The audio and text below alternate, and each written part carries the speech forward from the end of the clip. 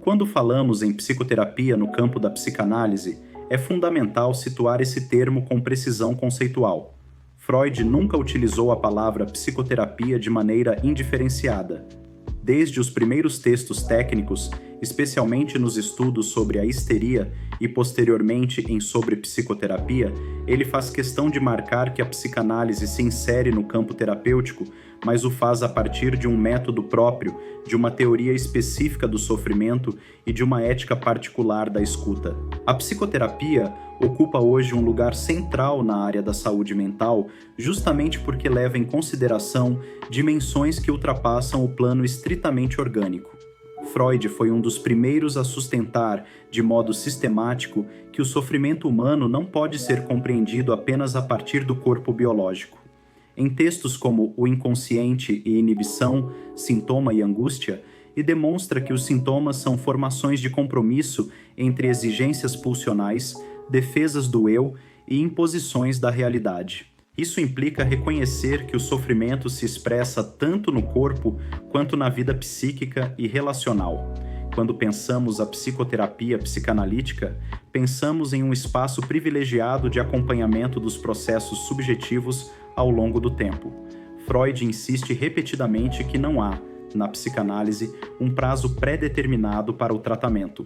Em Análise Terminável e Interminável, e afirma que a duração do trabalho analítico não pode ser fixada de antemão, pois depende da singularidade do conflito psíquico, das resistências e da posição do sujeito frente ao seu próprio sofrimento. Essa concepção se opõe frontalmente às promessas de tratamentos rápidos ou soluções imediatas. O tempo da psicoterapia psicanalítica não é o tempo da urgência social, mas o tempo do trabalho psíquico.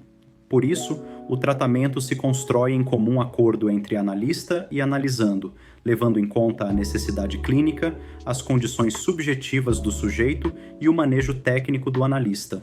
Freud já advertia, em seus textos técnicos, que a análise exige regularidade, assiduidade e compromisso, não como regras morais, mas como condições estruturais para que o inconsciente possa se manifestar. Nesse sentido, o cuidado com o enquadre não é um detalhe administrativo. O horário reservado para a sessão representa um investimento psíquico do analista, uma disponibilidade de escuta que Freud descreve a partir da atenção flutuante. Quando o analisando falta ou rompe esse enquadre sem elaboração, isso não é apenas um problema prático, mas um dado clínico que pode estar ligado à resistência. O tempo, na psicanálise, é sempre um operador clínico. Freud também se opõe à ideia de que a psicoterapia seja, necessariamente, um tratamento oneroso no sentido negativo do termo. Ao longo de sua obra, mostra que o custo maior recai justamente sobre os sintomas não elaborados. Em textos como O Mal-Estar na Cultura, Freud evidencia como o sofrimento psíquico, quando não simbolizado, tende a se deslocar para o corpo, para as relações e para a vida social. A psicoterapia psicanalítica atua exatamente nesse ponto, na tentativa de dar palavras ao que antes se expressava apenas como sintoma. A redução do uso indiscriminado de medicamentos, a diminuição de internações e a atenuação de manifestações psicossomáticas não são o objetivo direto da psicanálise, mas podem surgir como efeitos do trabalho analítico. Freud nunca propôs a psicanálise como substituta da medicina, mas como um campo específico de tratamento do sofrimento psíquico. Em A Questão da Análise Leiga, reforça que o tratamento psicanalítico se dirige à origem dos conflitos, e não apenas aos seus efeitos. Ao reconhecer-lhe sujeito como essencialmente psicossomático, a psicanálise não separa corpo e mente, mas compreende essa unidade a partir do conflito psíquico. O corpo, na clínica freudiana, não é apenas organismo, mas também lugar de inscrição do inconsciente. As chamadas doenças psicossomáticas aparecem, assim, como expressões de desequilíbrios existenciais e de soluções psíquicas precárias encontradas ao longo da vida. A psicoterapia psicanalítica se diferencia, portanto, por não prometer a eliminação total do sofrimento. Freud é claro ao afirmar que sofrer faz parte da condição humana.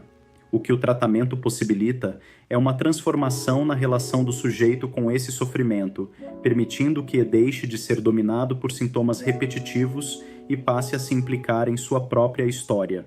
Dizer que a psicanálise é uma psicoterapia exige, então, compreender que se trata de uma psicoterapia fundada na investigação do inconsciente, sustentada pela associação livre, pela atenção flutuante e por uma ética que recusa atalhos adaptativos. A clínica psicanalítica não se orienta por ideais de felicidade ou eficiência, mas pela possibilidade de o sujeito construir sentido para aquilo que o faz sofrer. Essa distinção é fundamental para que não se confundam práticas terapêuticas distintas sob o mesmo nome. A psicoterapia psicanalítica se sustenta como um trabalho de longo prazo, ancorado na teoria freudiana, que reconhece o conflito como estrutural e a escuta como o eixo central do tratamento. Esta aula é parte de um percurso que não se faz com pressa nem com respostas prontas. A psicanálise se constrói no tempo, no contato com o texto, com o pensamento e, sobretudo, com a escuta. O que foi apresentado aqui não se esgota neste encontro e serve como ponto de apoio para que novas perguntas possam surgir e para que o pensamento continue se aprofundando. A psicanálise não se oferece como um manual, ela se sustenta como uma experiência.